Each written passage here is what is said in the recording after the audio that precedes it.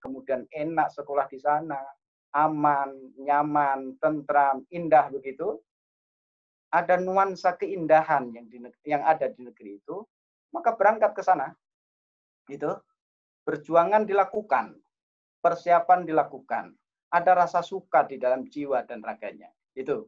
Sehingga sama saat ini pun juga orang-orang yang tahu kemuliaan Ramadan, orang-orang yang tahu keistimewaan Ramadan, itu yang akan bersemangat dia.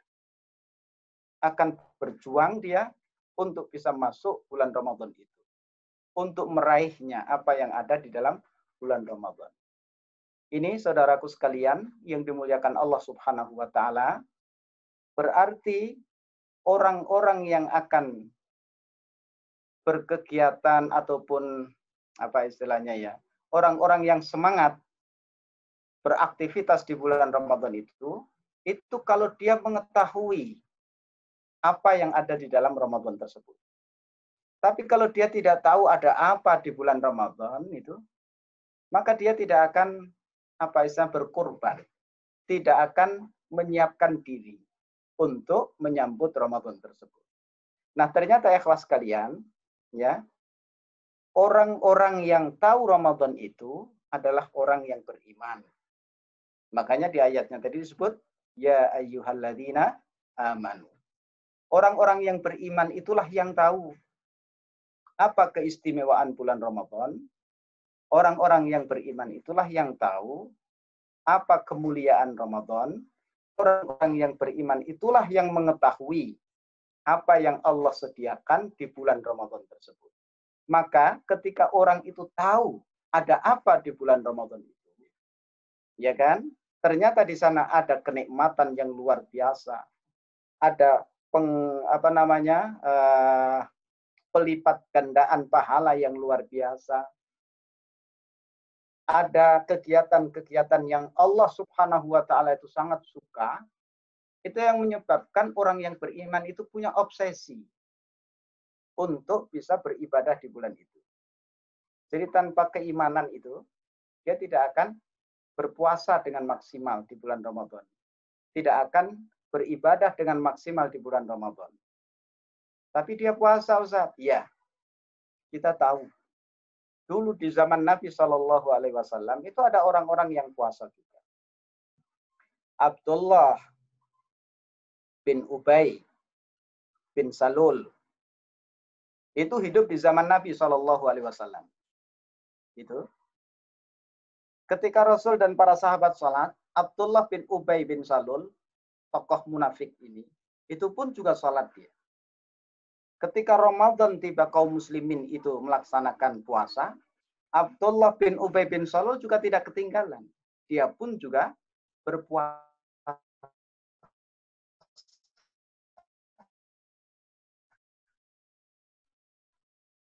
Gitu. Nah, ketika kaum muslimin berperang, Abdullah bin Ubay bin Salul pun juga tampak di barisan pasukan perang itu. Tapi karena kemunafikan, ya, Abdullah bin Ubay bin Salul ini itu tidak merengkuh, tidak menikmati nikmatnya surga. Bahkan orang munafik itu kalau itu satu tempat neraka itu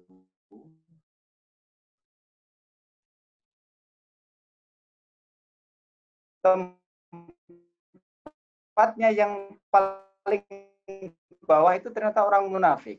Baru di atasnya orang kafir. Baru di atasnya lagi di paling bawah sana. Perjuangan puasa di sana itu luar biasa.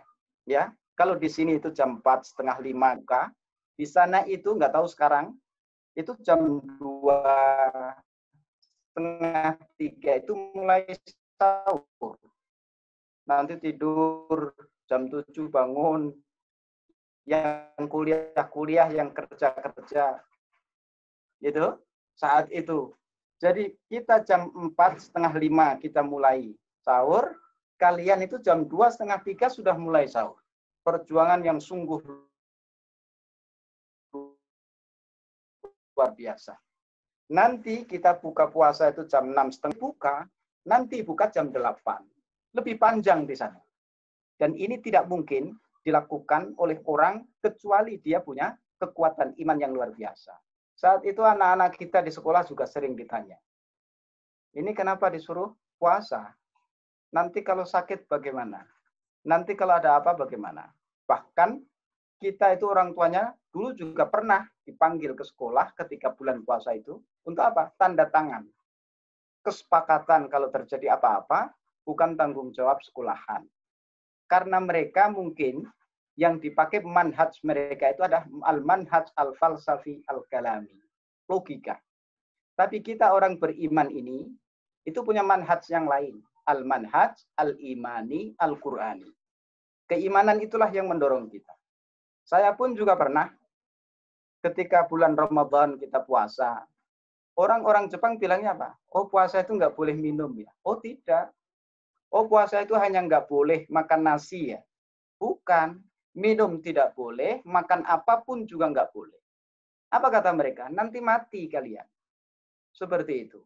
Jadi akhwat sekalian yang dimuliakan Allah Subhanahu wa taala, ini para bapak, para ibu, calon bapak, calon ibu, para dokter, calon dokter itu, kalian ini luar biasa di sana. Tapi kalau tidak punya keimanan, maka puasa kalian itu tidak ada apa-apanya.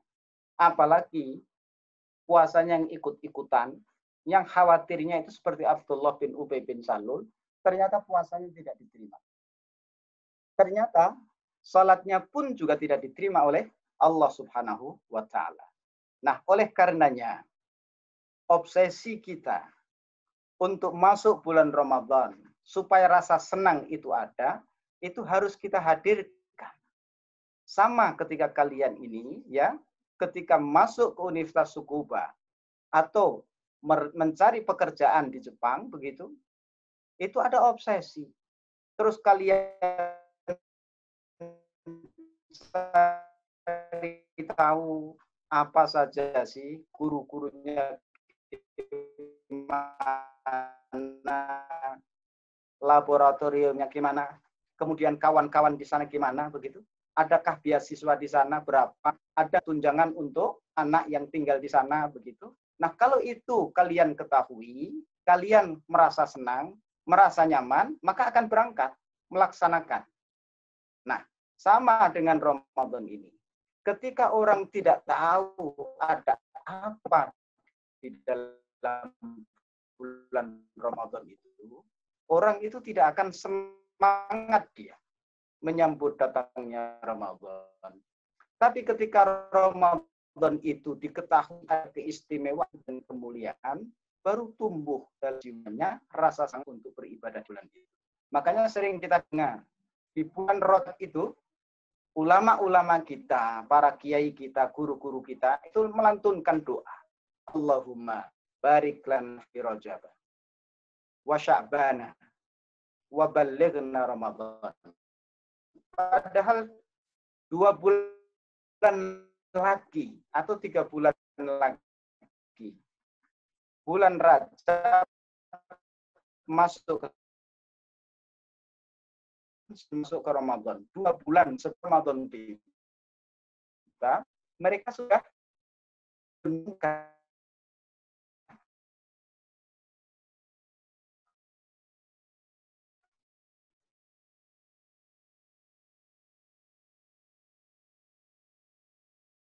karena di dalamnya ada keistimewaan yang luar biasa. Nah, ini harus dibangun rasa yang seperti itu. Ini suara saya masuk atau tidak?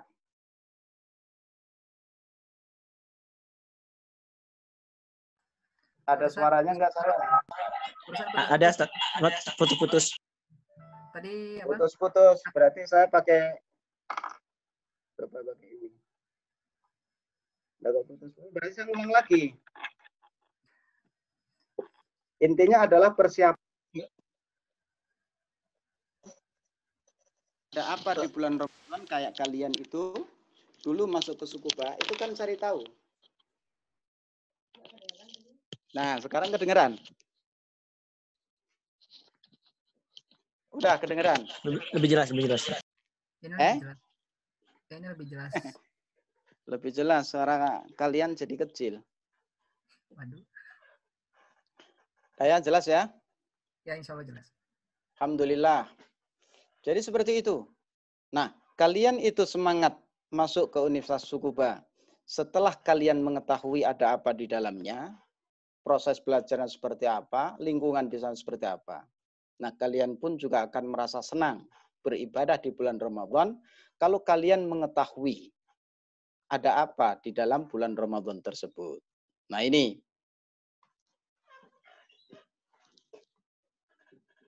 Slide-nya kelihatan? Kelihatan, Ustaz. Alhamdulillah. Itu baca ya. Insya Allah. Marhaban ya syahrus siyam.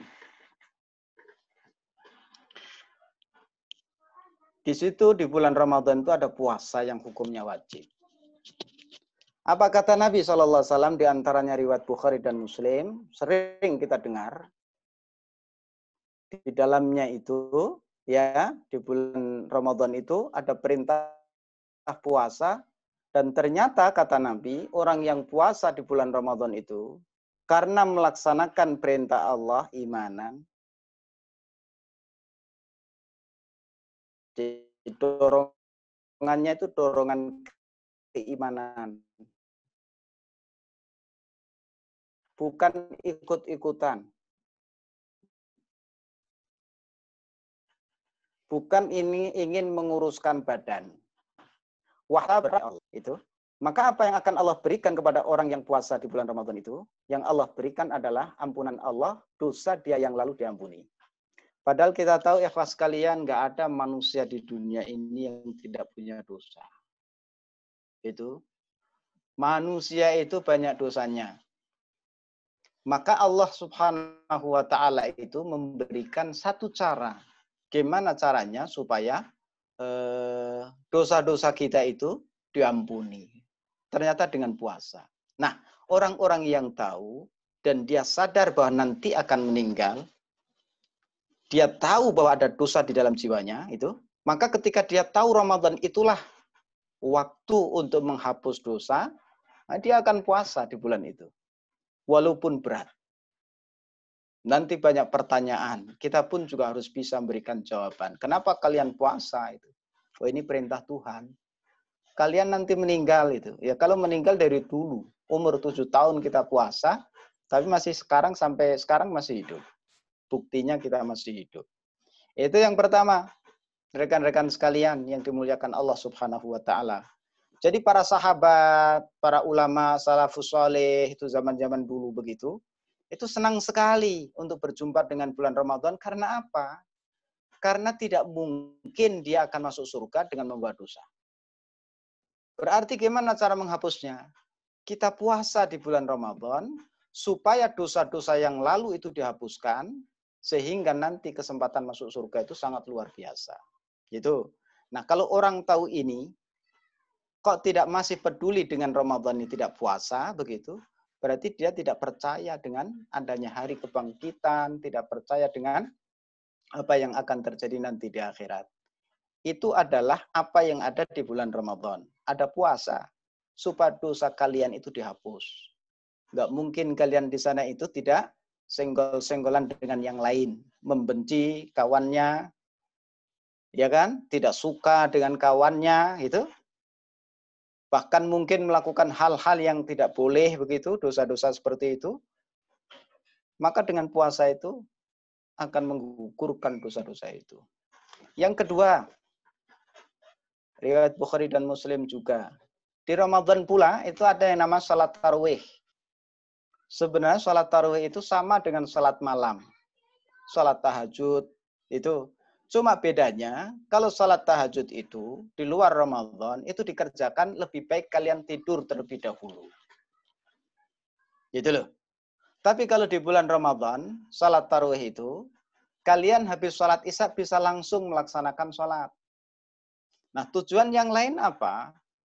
Terkadang berat bagi kita untuk sholat sunnah tahajud itu. Berat.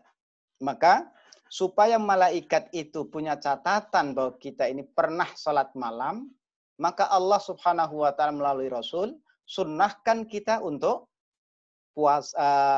sholat malam, sholat tarawih di bulan Ramadan tersebut. Sehingga dengan cara habis isya bisa langsung melaksanakan salat tarawih, kemungkinan kita kaum muslimin ini sangat mudah untuk bisa melakukan. Walaupun jumlahnya beda-beda. Nah, apa yang Allah Subhanahu wa Ta'ala janjikan bagi hambanya yang melaksanakan sholat itu, laki-laki ampunan Allah artinya seolah-olah Allah itu tahu bahwa kita ini manusia yang banyak dosa. Kalau banyak dosa kita menghadap Allah, susah kita masuk surga. Karena surga itu hanya dimasuki yang pertama orang dia punya iman yang baik, itu tiket. Yang kedua, dia punya amal soleh. Yang ketiga, dia punya akhlak yang baik. Akhlak yang baik. Jadi 3 itu. Orang tanpa keimanan tidak masuk surga. Orang punya keimanan tapi dia segera nunggu. Dia punya iman, amal soleh ada, tapi akhlaknya tidak baik, itu menghambat dia segera masuk surga. Nah, ini 3 hal. Nah, dosa-dosa inilah yang menjadikan kita orang beriman ini tidak segera masuk surga, supaya dosa itu bisa dihilangkan. Dengan puasa dosa itu dihapus, dengan salat malam, tarawih, itu pun juga dosa dihapus. Ini ikhwas sekalian yang dimuliakan Allah Subhanahu wa Ta'ala. Maka dikatakan marhaban banyak, gitu. Maka dengan salat malam yang kita lakukan, insya Allah ya dosa-dosa kita itu akan dihapus oleh Allah Subhanahu wa Ta'ala. Yang ketiga, marhaban ya syahrul Quran. Jadi Ramadan itu istimewa karena apa? Karena Allah turunkan Al-Quran. Padahal kalau kita ingat satu surat dalam Al-Quran itu ada wattini wazzaitun waturi sinin wahadal baladil amin.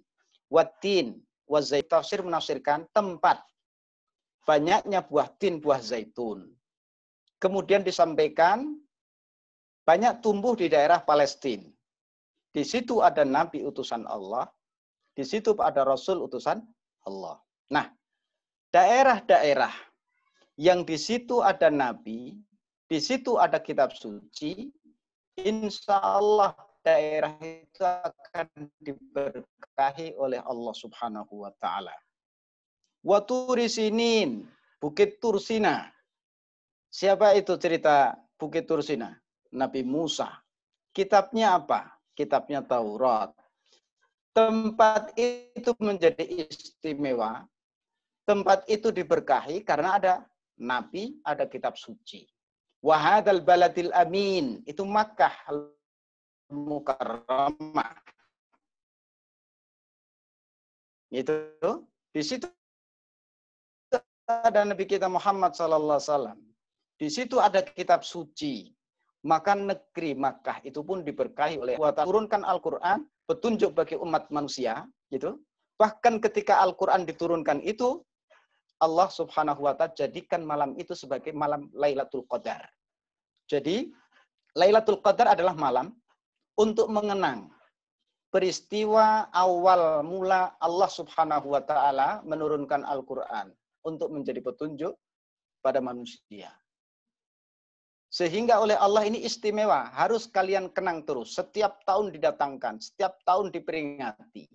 Jadi Al-Quran ini penting, sampai-sampai setiap waktu turunnya Al-Quran itu diperingati oleh Allah Subhanahu wa Ta'ala, disebut dengan Lailatul Qadar tadi itu. Malam kemuliaan.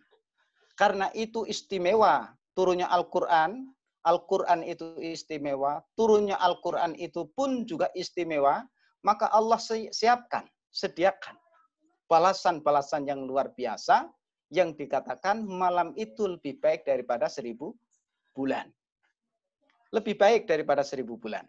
Maka rekan-rekan sekalian yang dimuliakan Allah Subhanahu wa Ta'ala, kalau kalian ketemu Lailatul Qadar, kalian berbuat baik, subhanallah gitu saja, satu kebaikan itu seolah-olah kalian itu melakukan kebaikan itu selama 83 tahun 4 bulan. Karena 1000 bulan tadi itu. 83 tahun 4 bulan. Nah, kalau kalian usianya 20 tahun, ketemu Lailatul Qadar katakanlah 15 tahun, berarti kebaikan kalian itu dikalikan 83 4 bulan tadi itu. Nah, ini luar biasa. Pelipat gandaan amal perbuatan dari Allah Subhanahu wa taala yang luar biasa kepada kita. Nah, orang-orang yang mengetahui keistimewaan kemuliaan inilah yang dia itu semangat untuk beribadah di bulan Ramadan itu. Tidak meninggalkan kesempatan dari Allah Subhanahu wa taala. Dan Al-Qur'an itu penting. Nah, ini.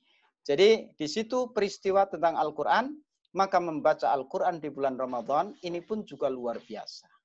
Ya, mengingatkan kita tentang turunnya, kemudian kita tadabburi isinya yang luar biasa itu. Di antaranya apa? Karena ini kalian adalah para pelajar, orang-orang yang belajar.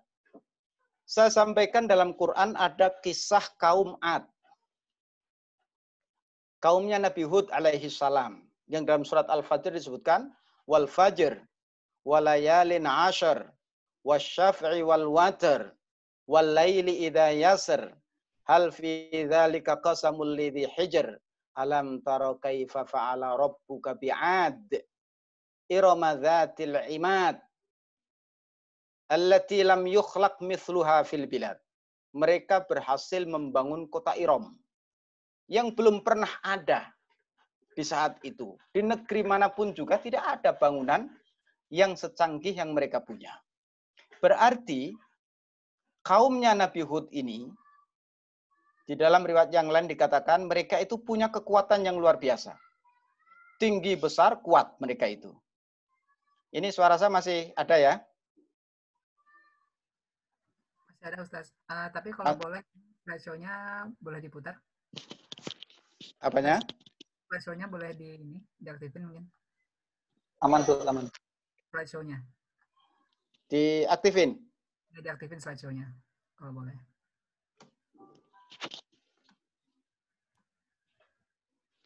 Enggak muncul ya slideshow-nya ya?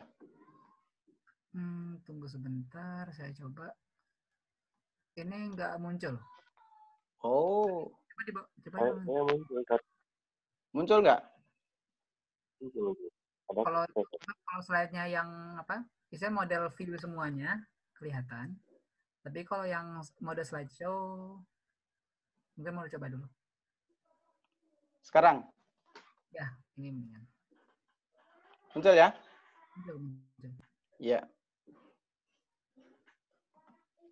Itu cerita tentang kaum Ad. Pak Joni, gimana kabarnya? Alhamdulillah. Masya Allah, ini kawan saya ini. Tentang kaum Ad. Jadi mereka punya kekuatan yang luar biasa, hebat sekali. Bahkan disampaikan dalam Quran itu berhasil membangun bangunan yang belum ada tandingannya di saat itu. Berarti itu menunjukkan bahwa kaum Ad itu kaum yang kuat, yang punya peradaban tinggi. Dan kaum yang punya peradaban tinggi tidak mungkin itu kalau mereka orang yang bodoh. Berarti kaum Ad itu orang-orang yang cerdas, orang-orang yang berilmu, orang-orang yang intelek mereka itu. Dengan ilmunya yang luar biasa, mereka berhasil membangun kota Iram yang belum ada bangunan semegah yang mereka punya. Itu rekan-rekan sekalian yang dimuliakan Allah Subhanahu wa taala. Tetapi apa yang terjadi? Ketika mereka itu ya, dengan ilmu yang mereka punya, dengan keahlian yang mereka punya, dengan kekuatan fisik yang mereka punya, dengan kekuatan ekonomi yang mereka punya, tetapi ada yang tidak mereka punyai. Apa itu? Keimanan. Jadi mereka miskin keimanan. Akhirnya apa yang terjadi? Mereka diingatkan untuk menyembah Allah Subhanahu wa taala, maka yang terjadi adalah mereka dihancurkan oleh Allah Subhanahu wa taala. Jadi ilmu semata, peradaban yang mereka punya, keahlian yang mereka punya, dan juga keterampilan mereka membangun itu kalau tanpa keimanan, maka kehancuran itulah yang ada. Dan itu sejarah mencatat. Kaum Ad, kaumnya Nabi Hud alaihissalam, dihancurkan oleh Allah Subhanahu wa taala. Di sini pesan saya, rekan-rekan sekalian, kalian carilah ilmu di mana saja kalian berada. Tetapi jangan lupa, dengan keimanan kalian yang meningkat. Tapi ilmu harus bertambah, keimanan ini pun juga harus semakin bertambah. Sehingga dalam Quran itu disebut, orang itu disebut ilmuwan, ulama. Siapa itu? Ketika mereka dengan ilmunya yang bertambah, menjadikan mereka semakin takut kepada Allah Subhanahu wa ta'ala. Ini, dan Ramadan dengan Al-Quran itu, ya, itu mengingatkan kita. Apa yang pertama kali Allah perintahkan? Iqra. Disuruh membaca. Gitu. Nah, berarti dengan membaca itu menjadikan kita punya wawasan. Kemudian diharapkan bismi rabbikal ladzi khalaq, keimanan kita ini meningkat. Berarti sebenarnya Allah Subhanahu wa taala itu lewat surat yang pertama kali Allah turunkan, ayat yang pertama kali Allah turunkan, menghendaki kita umat Islam ini menjadi umat yang banyak membaca supaya peradaban di alam semesta ini dipegang oleh kita. Tapi lagi-lagi orang itu terjerumus, ilmunya bertambah, tapi keimanannya mereka tinggalkan. Maka jangan sampai itu terjadi menimpa kita. Supaya apa? Supaya kita ini tidak seperti kaum Ad yang dihancurkan oleh Allah Subhanahu wa taala dan kaum-kaum yang lain. Berikutnya tentang Ramadan ini supaya kita ini semangat. Ada apa sebenarnya? Itu. Nah, di situ disebutkan ya hadis riwayat Imam Tirmidzi itu tentang keutamaan memberi makan orang yang berpuasa. Ya, ini apa istilahnya? Strategi untuk mendapatkan pahala yang luar biasa. Kata Nabi SAW, kalau kalian itu memberi buka puasa orang yang berpuasa, maka kalian akan mendapatkan pahala sama seperti orang yang berpuasa tersebut. Kalau orang yang berpuasa itu diberi pahala oleh Allah 10 kebaikan, kemudian kalian memberi buka puasa dia, maka kalian dapat pahala puasa kalian ditambah 10 kebaikan yang dilakukan orang yang diberi kalian buka puasa itu tanpa mengurangi pahala dia. Itu kalau satu orang. Tapi kalian sanggup memberi buka makan 10 orang, 20 orang, 30 atau sekian begitu, maka di bulan itulah kalian akan mendapatkan balasan yang luar biasa dari Allah Subhanahu wa taala. Itu. Jadi Ramadan itu istimewa karena di dalamnya ada puasa, dan puasa yang dilakukan oleh kita di bulan Ramadan penghapus dosa kita. Apa itu saja? Tidak. Puasa itu pun juga nanti menjadi pembela kita di hadapan Allah. Kita nggak usah ngomong. Puasa itulah yang ngomong. Jangan diadab dia ya Allah. Gitu. Yang kedua, di bulan Ramadan itu ada yang namanya tarawih. Dan itu pun luar biasa. Dosa-dosa kita bisa dihapus oleh Allah Subhanahu wa taala. Kemudian di situ ada Al-Qur'an yang dahsyatnya minta ampun. Sampai jin mengatakan Qur'anan ajabah. Quran ini luar biasa. Gitu. Bahkan Mus'ab bin Umair ini berhasil mengislamkan Sa'ad dan Usaid, orang Madinah. Mereka marah-marah terlebih dahulu. Kata Mus'ab bin Umair, duduklah dulu dan dengarkan.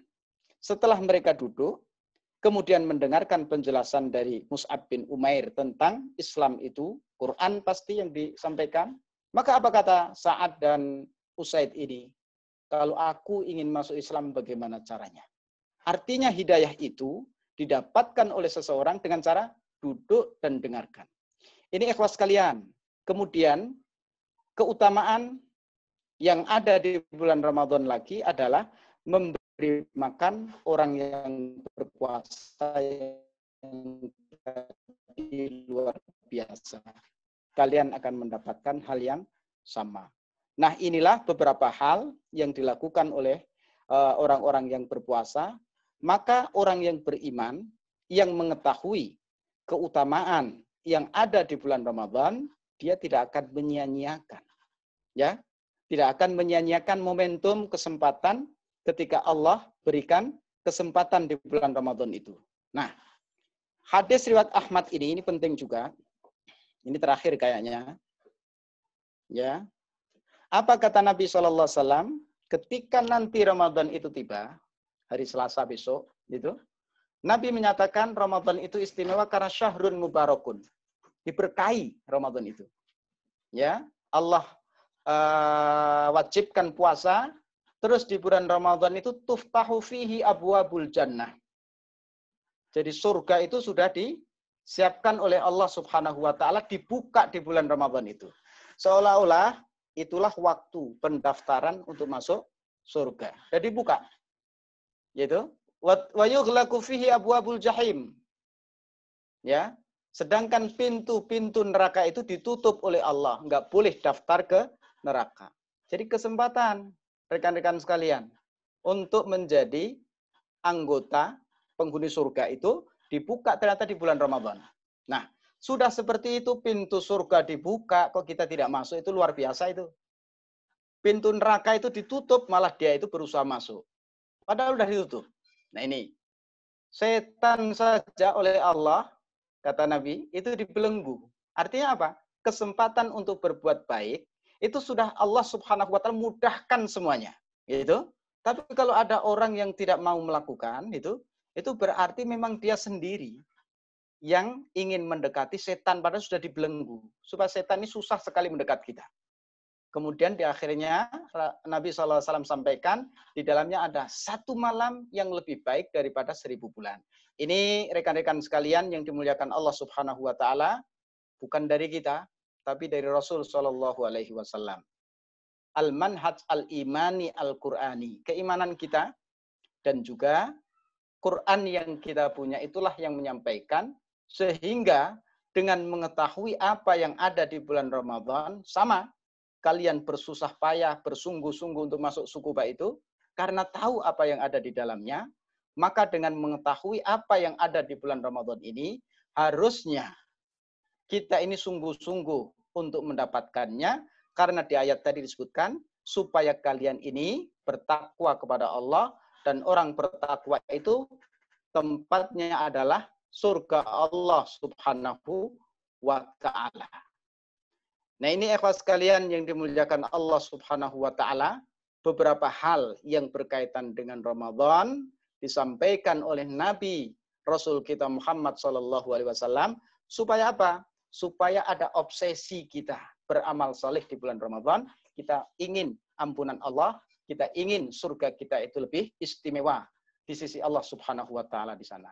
Saya kira itu sudah 5:30 di sini.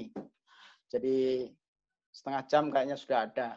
Saya kira itu rekan-rekan sekalian yang dimuliakan Allah Subhanahu wa taala, intinya ya, saya tadi menggambarkan kalian masuk Tsukuba karena tahu keutamaan dan keistimewaan universitas itu apa. Kalian masuk cari pekerjaan di Jepang itu kalian pun juga tahu apa keistimewaannya. Nah, ketika sudah mengetahui, maka segala daya dan upaya itu dilakukan untuk bisa meraihnya, dan ketika sudah mendapatkannya, maka rasa bahagia itu ada. Ramadan ini sudah disediakan, sudah disampaikan oleh Nabi SAW ada apa di dalamnya, dan sore ini, malam ini, kita pun juga mendengar bersama apa saja yang Allah sediakan bagi hambanya yang beramal di bulan Ramadan. Harapannya apa? Menggugah kita untuk bisa beribadah di bulan itu, dan harapan tertinggi kita apa? Supaya surga yang luasnya seluas langit dan bumi ini itu diperuntukkan bagi kita semuanya. Dan terakhir saya sampaikan, belajarlah, tuntutlah ilmu, tapi jangan sampai seperti kaum Ad yang dihancurkan oleh Allah Subhanahu wa taala, keilmuan yang tinggi, peradaban yang luar biasa, tapi ternyata kemiskinan iman yang mereka punya yang mengantarkan mereka dihancurkan oleh Allah Subhanahu wa taala. Aqulu qouli hadza astaghfirullah li wa lakum. Mohon maaf rekan-rekan sekalian dan saya ucapkan selamat yang diterima di sana, yang lulus mungkin, dan semoga Allah Subhanahu wa taala mudahkan kalian beribadah di sana. Allah mudahkan kalian mendapat ilmu di sana, dan juga semoga Allah mudahkan kalian untuk mendapatkan pekerjaan selanjutnya. Terima kasih. Assalamualaikum warahmatullahi wabarakatuh. Waalaikumsalam warahmatullahi wabarakatuh. Masya Allah. Terima kasih Profesor Gibran. Jadi sesi selanjutnya yaitu sesi tanya jawab. Jadi untuk saudara-saudari semua yang ingin bertanya kepada Ustaz Sohimim, silakan langsung buka mikrofon, buka mikrofon, buka kameranya juga. Kalau enggak, boleh juga chat di mode everyone. Oke, kami tunggu sekalian.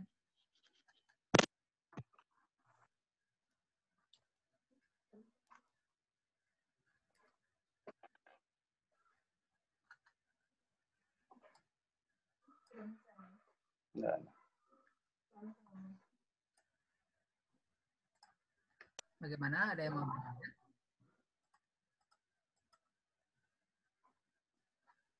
Ya. Boleh bertanya? Boleh. Ya.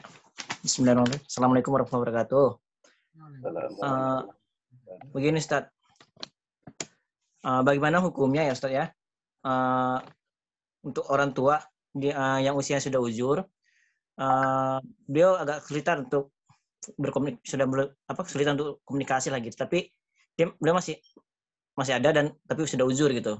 Nah, itu bagaimana untuk mengganti puasanya gitu. Kemudian bagaimana puasa-puasa tahun-tahun sebelumnya yang mungkin ada yang tertinggal gitu kan, karena melihat kehidupan orang tua tersebut sebelumnya gitu kan. Nah, untuk mencari tahu berapa yang tertinggal atau apa, kita masih agak sulit komunikasi gitu. Itu gimana hukumnya Ustaz untuk mengganti puasa beliau gitu? Apa yang pertama puasa yang saat ini dan tahun-tahun sebelumnya gitu? Mungkin itu Ustaz. Terima kasih. Assalamualaikum warahmatullahi wabarakatuh. Waalaikumsalam warahmatullahi wabarakatuh.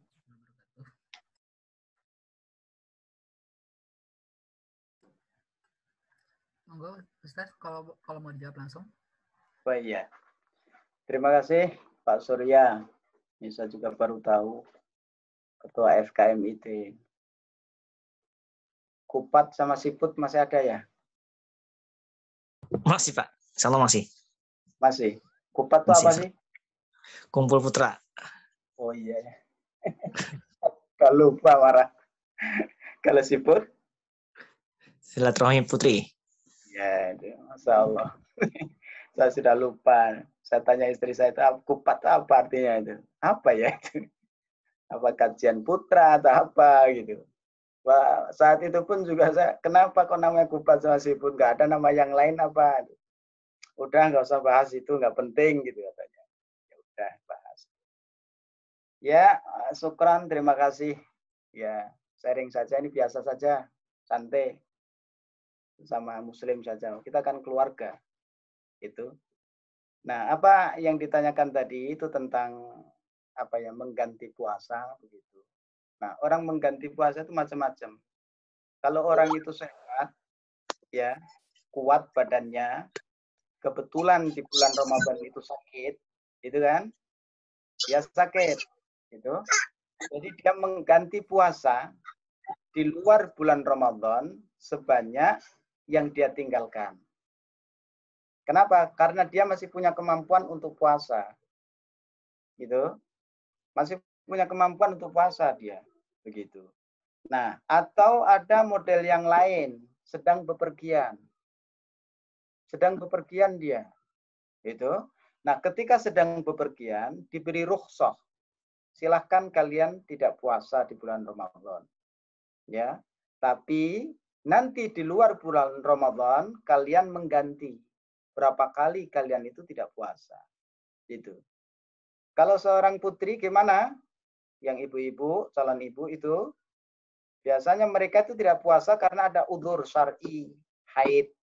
Jadi dihitung selama Ramadan dia tidak puasa berapa.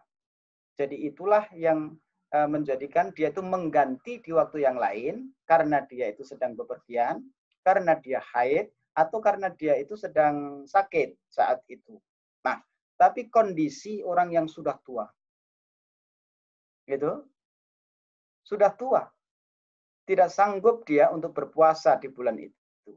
Nah, kalau tahun depan gimana? Tahun itu saja dia nggak bisa puasa kok. Tahun depan tambah usia.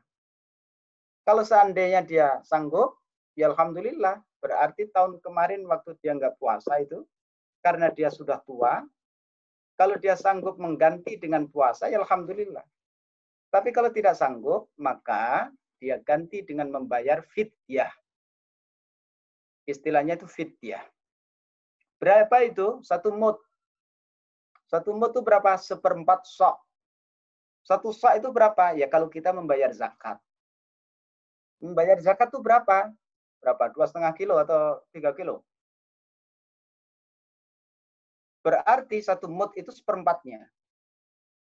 Kalau ada orang tanya berapa Ustaz begitu, apakah sekali makan atau 3 kali makan atau makan sehari?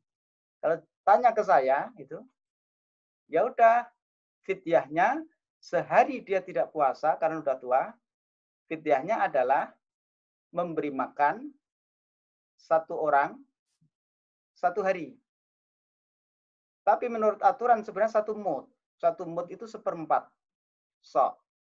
Kalau itu misalnya apa namanya gandum, 1 sok itu sekitar 2,5 kilo atau 3 kilo, berarti 1/4-nya itu sekitar berapa itu? Ya, nggak ada 1 kilo kan? Atau seandainya beras yang kita zakatkan itu 2,5 kilogram beras atau 3 kilogram beras, berarti 1 mud itu nggak ada 1 liter, 1 kilo. Tidak ada. Begitu, tidak ada. Nah, itu yang dibayarkan sebagai fidyah, ya, karena orang itu sudah tua, tidak sanggup dia puasa, maka kita bayarkan fidyahnya itu. Kemudian berikutnya, tapi di tahun-tahun sebelumnya, dia juga meninggalkan puasa. Gimana caranya? Nah, sebenarnya taubat itu sudah menggugurkan. Taubat itu sudah menggugurkan. Sebagaimana orang yang dulunya belum Islam, terus kemudian dia masuk Islam mengucapkan la ilaha illallah, itu kan tidak dituntut. Kamu seharusnya sekian tahun melaksanakan sholat. Ini belum sholat. Harus bayar sekian. Enggak. Jadi taubat itu sudah menggugurkan. Gitu. Jadi kalau dulu dia itu amburadul, gitu, enggak karu-karuan hidupnya, puasa tidak pernah puasa, terus taubat, itu sebenarnya sudah cukup. Tapi orang taubat itu bukan hanya meninggalkan, tapi ganti perbuatan burukmu dengan perbuatan yang baik. Maka kalau anaknya ini sanggup misalnya, ya sudah, sedekah saja atas nama orang tuanya dulu. Yang dia itu tidak sempurna dalam beribadah kepada Allah Subhanahu wa Ta'ala. Saya kira itu, Pak Surya, bisa difahami atau ada yang tanyakan yang lain? Sama. Terima kasih, Kak. Sama-sama. Ada yang tanya yang lain? Saya ada pertanyaan, Ustadz. Suara saya terdengar? Monggo. Terdengar. Iya. Mangga kalau orang Sunda. Assalamualaikum warahmatullahi wabarakatuh. Saya tadi sempat dengar kalau puasa Ramadan itu menghapus dosa ya. Nah, dosa itu apakah dosa setahun yang lampau atau dosa-dosa seumur hidup kasarnya. Jadi kalau misal kita berpuasa tahun kemarin, Ramadan kita tidak sempurna gitu, masih melakukan dosa gitu. Apakah dosa-dosa yang tidak terampuni Ramadan kemarin masih bisa terampuni ketika kita berpuasa di bulan Ramadan yang sekarang gitu? Ini curhat atau ada orang? Ketahuan ya, Ustaz ya. Enggak tahu saya. Mau curhat atau apa, enggak apa-apa. Iya. Ini hadisnya kelihatan di situ. Iya, kelihatan. Tapi nggak tahu ya? artinya. Iya. Di situ ghufira lahu ma taqaddama min dzambihi. Diampuni dia itu apa yang telah lalu dari dosanya. Jadi dosa yang telah lalu. Dosa yang telah lalu itu setahun atau 2 tahun. Ya, tidak. Ya, yang lalu aja nggak ada batasan. Yang berarti. lalu kan. Nah, ini sudah tahu. Mbak Evi ini sudah tahu. Itu. Enak kan? Itu kalau tahun selama umur sekian ini punya dosa itu, jangan-jangan Ramadan kemarin tuh ngulang lagi. Ramadan kemarin nggak diterima. Kalau orang sekolah, gitu kan? Orang sekolah udah diterima di situ, nggak lulus. Ngulang lagi kan? Jadi Mbak Evi ini bisa jadi tahun kemarin ikut puasa, tapi puasanya ini tidak dianggap oleh Allah, nggak lulus. Nah, tahun ini nanti dosa yang lalu, sekarang umur 25 misalnya. Jadi umur 20 selama 25 tahun itu Allah berkenan itu menghapus dosa yang lalu selama 25 tahun itu.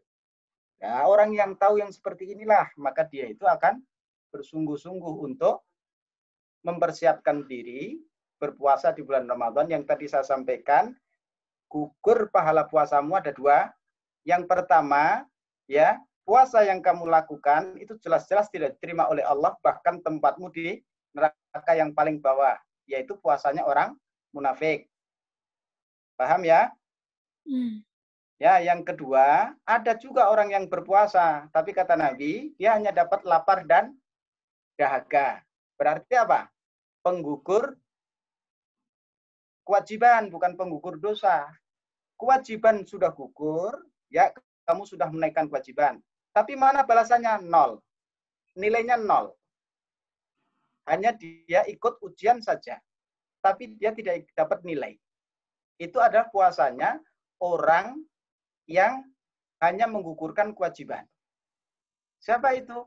Ya orang-orang yang berpuasa hanya menahan lapar dan haus. Tapi matanya tidak puasa. Mulutnya tidak puasa. Telinganya tidak puasa. Jadi kalau pertanyaannya tadi itu, apakah menggugurkan dosa setahun yang lalu? Jawaban Rasul tidak. Dosamu yang lalu. Dosa orang yang berpuasa. Gitu. Dosa orang yang berpuasa itu diampuni. Nah, khawatirnya yang kemarin itu kita tidak lulus dalam puasa. Jadi udah 25 tahun puasa itu, jangan-jangan nggak lulus terus kita. Ngulang lagi ya Allah gitu. Besok ketemu Ramadan lagi, ya aku mau ngulang lagi. Kayak cerita dulu tuh saya cari SIM di Jepang. Itu dapat SIM itu saya ujian berkali-kali itu. Yang kelima itu baru dapat. Karena memang sebenarnya bukan sopir saya. Terima kasih Mbak Evi, semoga bisa dipahami. Ya,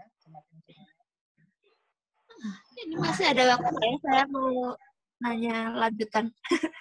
Iya. Kalau boleh, kalau yang lain dulu silakan. Moderatornya itu silakan. Mau Mbak Evi kalau mau ditanya juga. Oh iya, boleh nih. Jadi tadi sempat kepikiran, jadi kalau misal apakah ada syarat bahwa puasa Ramadan ini harus dilakukan selama sebulan penuh atau enggak gitu untuk mencapai status dosa diampuni itu. Terus kalau misal kita udah merindukan Ramadan banget gitu, semoga saja. Tapi kan ada kayak orang-orang solih yang sebelum Ramadan sudah meninggal kayak gitu. Itu jadinya gimana? Apakah bisa diampuni juga dosanya atau enggak? Wah, itu harus tanya ke Allah itu. Iya sih, benar sih.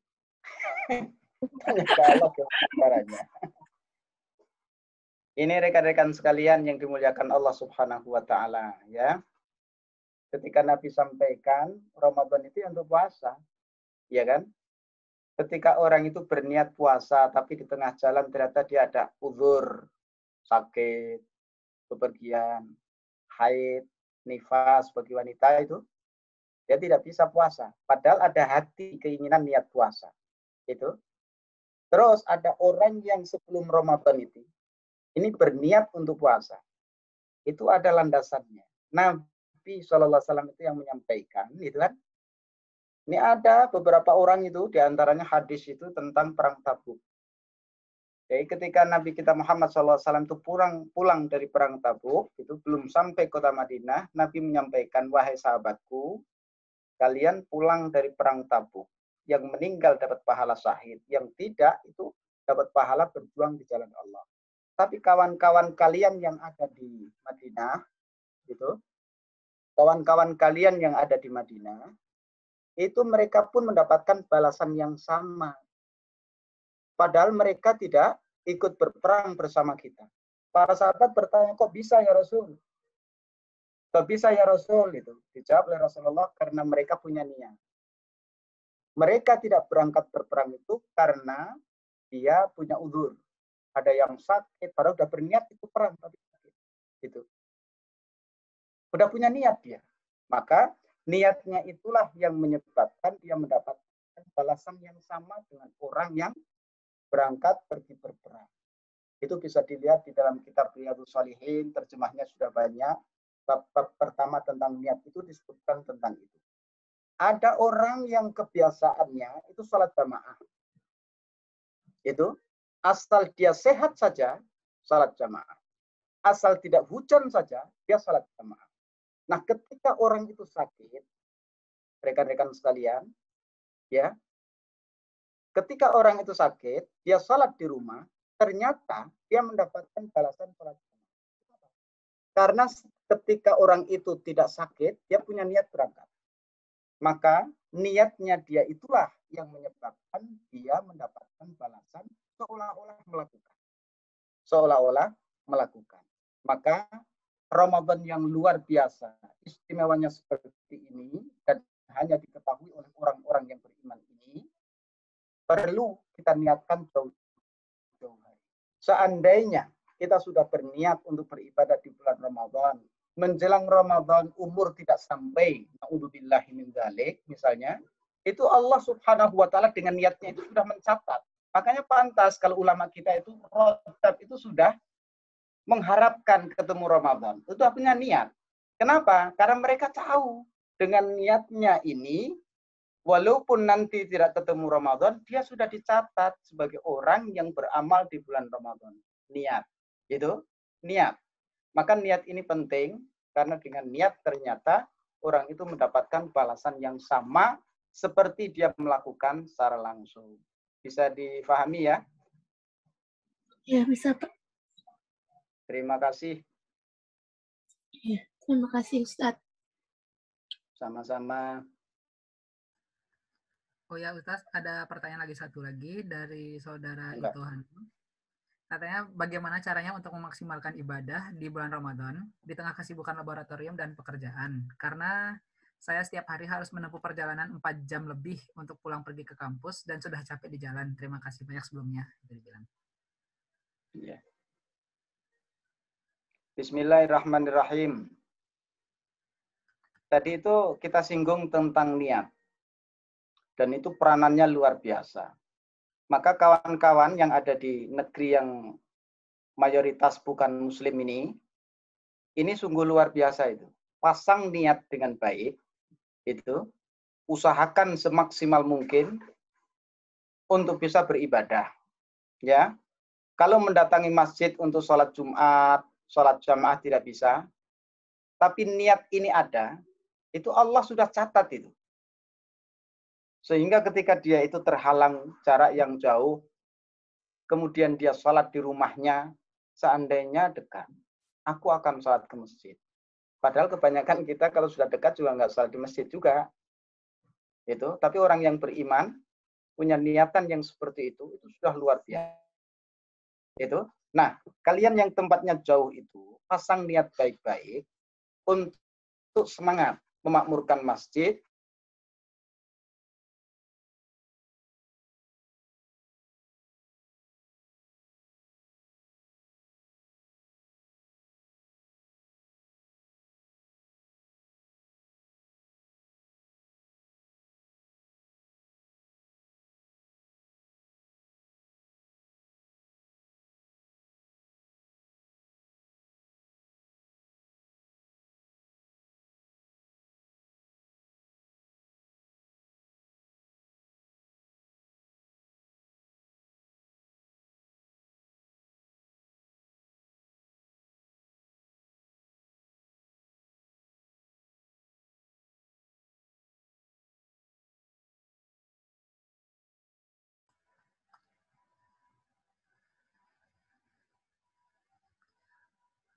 Oke, kepada saudara-saudari semuanya, mohon maaf sebelumnya. Sepertinya Ustaz Romi lagi ada masalah koneksi.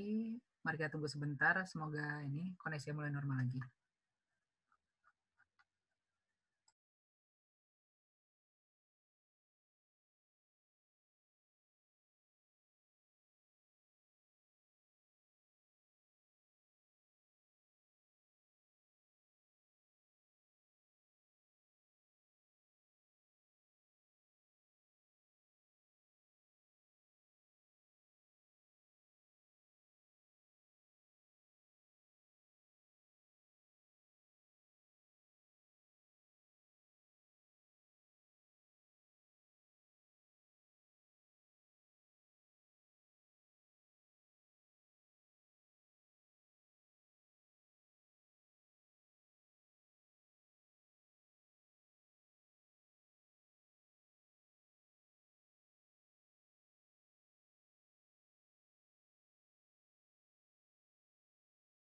Halo? Ya Ustaz, kedengaran. Hilang ya? Ya, tadi putus. Aduh, tadi saya mana ya? Jadi niat itu penting. Kalau tempatnya jauh, dipasang niat. Seandainya ada waktu, ada kesempatan, saya akan datang. Kerjakan niat itu terus, insya Allah itu akan memberikan balasan. Bisa ya kedengaran? Ya, insya Allah bisa kedengaran tuh sekarang. Ya, itu ini pakai HP aja saya. Nah, itu tentang pertanyaan yang tadi itu, ya. Seandainya dia itu di tempat yang jauh, tidak bisa untuk datang ke masjid, itu, maka pasang saja niat bahwa kalau ada kesempatan, ada apa namanya waktu yang kosong, hari libur atau apa begitu, maka berangkatlah ke masjid. Walaupun tempatnya jauh itu, tapi kalau tidak bisa jangan dipaksakan, jangan dipaksakan. Maya kelihatan? Ya seperti itu, Kang siapa Dani. Wallahu a'lam bishawab. Oke, terima kasih Ustaz Romi. Ini ternyata kita ada pertanyaan lagi dari Mbak Ayu Kiraina. Assalamualaikum Ustaz, izin bertanya. Untuk ibu hamil dan menyusui, apakah puasa Ramadan yang tidak bisa dilakukan sewaktu hamil atau menyusui harus dibayar juga dengan puasa, atau cukup dengan membayar fidyah, atau harus dibayar dan keduanya? Terima kasih. Itu pertanyaannya. Iya, ini udah banyak dibahas di dalam kitab fikih ya tentang ibu hamil ini, gitu kan? Nah, ada beberapa ijtihad ulama di situ. Nah, kalau dikatakan ijtihad ulama yang memang dia ahli ijtihad, salahnya itu tidak dosa. Kalau memang ahli ijtihad. Kalau salah itu pahalanya 1, kalau benar pahalanya 2, begitu. Jadi tidak ada salahnya. Nah, tentang ibu yang hamil bagaimana gitu. Kalau dia itu tidak puasa, padahal dia mampu berpuasa, tapi dia tinggalkan puasa itu karena apa? Mengkhawatirkan janinnya, berarti tidak ada fidyah baginya, tapi mengganti setelah dia melahirkan. Nanti menyusui Ustadz 2 tahun. Sambil menyusui, bisa tidak, kuat tidak untuk berpuasa. Ya, kuat tidak berpuasa. Kalau nggak kuat ya berarti fidyah. Itulah jalan keluarnya. Bukan berarti tinggalkan semuanya. Begitu. Ada juga pandangan yang lain. Jadi ketika dia itu mengkhawatirkan janinnya, ya, maka dia wajib mengganti puasa. Tapi kalau dia mengkhawatirkan dirinya bukan janinnya, memang dia nggak sanggup, fidyah itu kena hukum orang yang tidak sanggup berpuasa, bayar fidyah. Itu. Tapi kalau dirinya sanggup, tapi dia tidak puasa karena mengkhawatirkan janin, dia mengganti dari yang lain.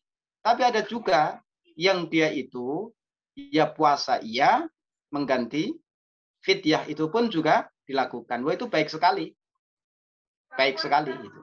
Nah, ini Mas Dani disampaikan begitu, yang paling penting yang Allah inginkan adalah keimanan. Usaha kita untuk melaksanakan perintah Allah, bukan keinginan kita untuk menjauhkan atau meninggalkan perintah Allah. Semaksimal mungkin kerjakan. Oh ternyata saya nggak sanggup untuk mengganti puasa. Ya sudah, semampumu apa? Fidyah, silakan fidyah. Berapa hari kamu meninggalkan? Kalau seandainya 1 mud itu 1/4 sok, itu seperempatnya orang zakat fitrah itu, katakanlah 1 kali orang makan, silakan saja. 1 kali orang makan, kalau di sana mungkin dirupiahkan 50.000, ya fidyahnya 50.000. Tuh. Terus sebulan dia nggak puasa ya, kali 30 hari. 50.000 kali 30 hari. Sekali makan. Nggak sanggup saya, sanggupmu. Gitu. Nggak punya uang, ya sudah. Kamu punya azam, punya keinginan untuk mengganti, tapi tidak sanggup. Nah inilah, makanya kalau namanya nas atau kaidah atau hukum, itu pasti sudah nggak bisa dirubah-rubah dari Allah Subhanahu wa Ta'ala. Tapi dalam praktek, itu terkadang bisa berubah-ubah. Saya kasih contoh, minum minuman keras, udah jangan minuman keras. Babi itu kan secara hukum tidak boleh, hukumnya haram. Gitu. Hukumnya adalah haram. Itu babi. Gitu. Tapi dalam prakteknya ada orang yang boleh, ada yang tidak. Padahal secara hukum itu pasti hukumnya haram. Tapi dalam praktek ada orang yang dibolehkan memakan, ada orang yang dilarang memakan karena memang secara asli hukumnya tidak boleh. Nah, orang yang dibolehkan makan ini siapa? Orang-orang yang terpaksa. Tidak ada makanan yang lain. Kalau dia tidak makan, nyawanya akan hilang menurut pendapat dia. Itu dibutuhkan istihad. Ya, dalam keadaan seperti itu, makan enggak ya? Kalau enggak makan, saya akan kayaknya tambah sakit atau meninggal. Berarti memakan yang haram menjadi boleh. Berarti hukum babi haram bagi seseorang, halal bagi orang yang lain. Seperti itu, wallahu alam. Sama, tadi Ibu menyusui, seandainya dia sanggup, maka gantilah dengan puasa, itu lebih baik. Tapi kalau seandainya tidak sanggup, maka bayarlah dengan fidyah, yaitu 1 mud, atau 1 kali makan, boleh 1 kali makan sehari juga itu lebih baik. Kelebihan Ustadz berarti sedekah, itu saja, nggak usah repot.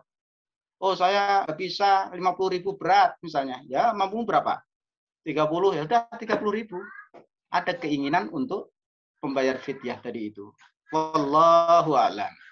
Itu Mas Dani dan Mbak yang bertanya tadi, semoga bisa difahami. Silakan. Ada yang mau bertanya lagi mungkin saya tunggu di chat juga. Kalau ada yang mau bertanya boleh langsung aktifin mikrofon. Kameranya juga boleh.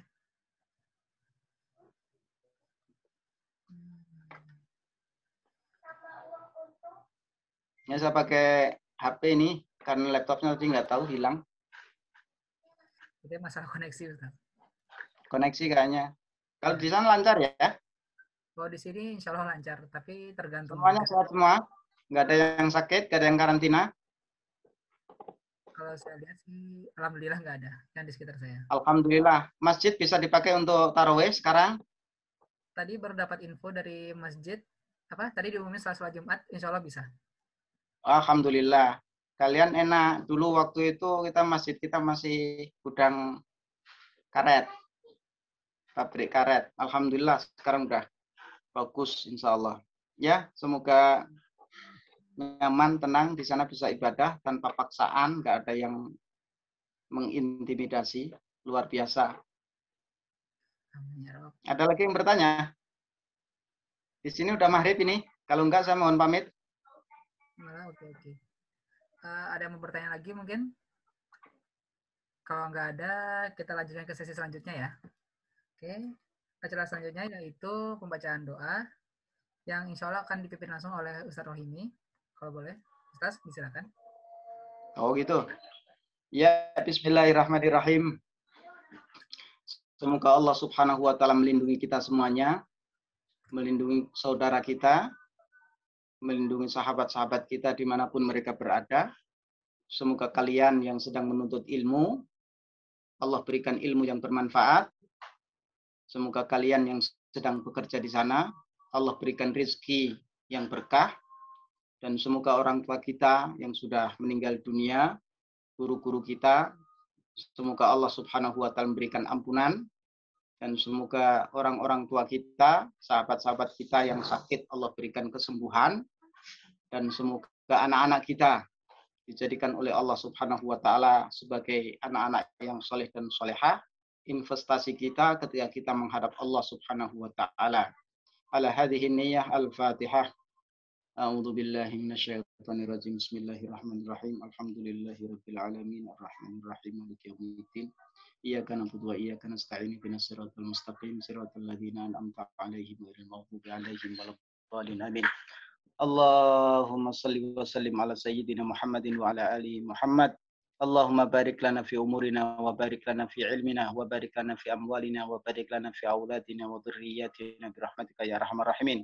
Allahumma ballighna Ramadan warzuqna khairaha. Allahumma ballighna Ramadan warzuqna khairaha. Allahumma sahhil umurana. Allahumma sahhil umurana. Allahumma sahhil umurana umrat dunya wal akhirah. Allahumma taqabbal minna salatana wa siyamana wa ruku'ana wa sujudana wa takhassu'ana wa tammim taqsirana birahmatika ya arhamar rahimin. Ya Allah, mudahkan urusan saudara-saudara kami ya Allah, yang sedang menuntut ilmu, berikan ilmu yang manfaat, yang sedang bekerja, berikan rizki yang berkah, yang sedang menaikkan tugas, Allah muliakan dengan tugasnya ya Allah ya Rabbal Alamin. Jaga saudara-saudara kami dimanapun berada, yang ada di suku ataupun yang ada di mana saja. Jaga mereka dari segala musibah, wabah, penyakit, dan lain sebagainya. Jadikan kami, keturunan kami, orang-orang yang saleh ya Allah ya Rabbal Alamin. Rabbana atina fid dunya hasanah wa fil akhirati hasanah wa qina adzabannar. Subhana rabbika rabbil izzati amma yasifun wa salamun alal mursalin walhamdulillahi rabbil alamin. Baik, terima kasih Ustaz. Oke, acara selanjutnya ini sebelum kita tutup, kita foto bersama dulu. Kalau yang bisa aktifin kameranya, silakan. Saya tunggu.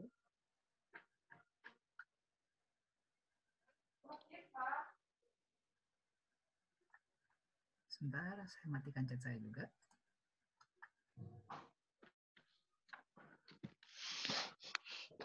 Ayo, yang mau aktifin kameranya, saya tunggu.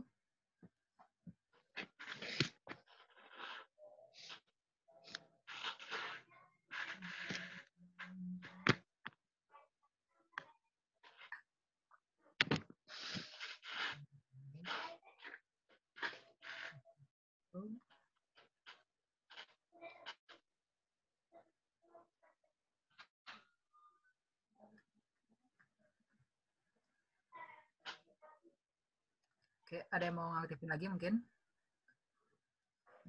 Kalau nggak ada, kita bisa langsung mulai ya. Oke, jadi tunggu sebentar.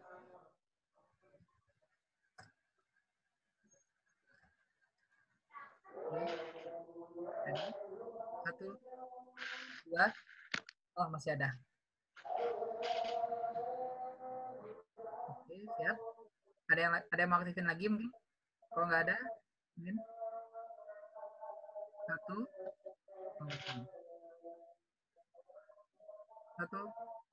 2, ya. Tunggu sebentar, saya cek.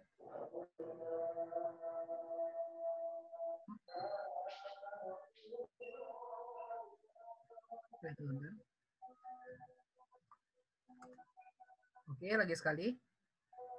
1, 2, 3. Oke, sudah.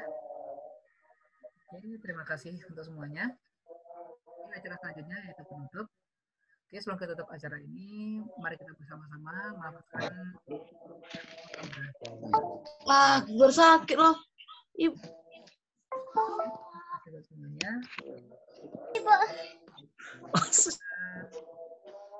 Acara kita sudah tutup. Oke, terima kasih untuk yang sudah datang pada malam hari ini. Semoga materi yang diberikan oleh Ustaz ini dapat bermanfaat buat kita semua. Dan semoga kita bisa menjalankan ibadah di bulan Ramadan yang akan datang ini dalam keadaan sehat. Dan kita semoga amal ibadah kita insya Allah diterima oleh Allah. Amin. Oke, sekian dari saya. Terima kasih. Wassalamualaikum warahmatullahi wabarakatuh. Assalamualaikum warahmatullahi wabarakatuh. Terima kasih banyak Ustaz. Mudah-mudahan kepada yang sisa. Ketemu lagi.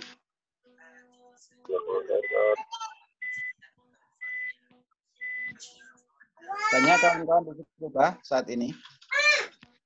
Alhamdulillah, Ustaz. Ya. Oh iya, ada pesan. Saya pamit ya, sudah Ya, Pak. maghrib. Ya, Ustaz.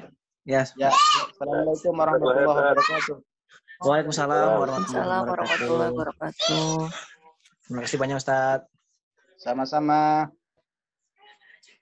Oke, baik untuk ini ya, untuk pengurus UKMIT, kalau boleh jangan keluar dulu karena ada beberapa yang kita mau bahas. Kepada saudara-saudari semua, terima kasih atas kehadirannya.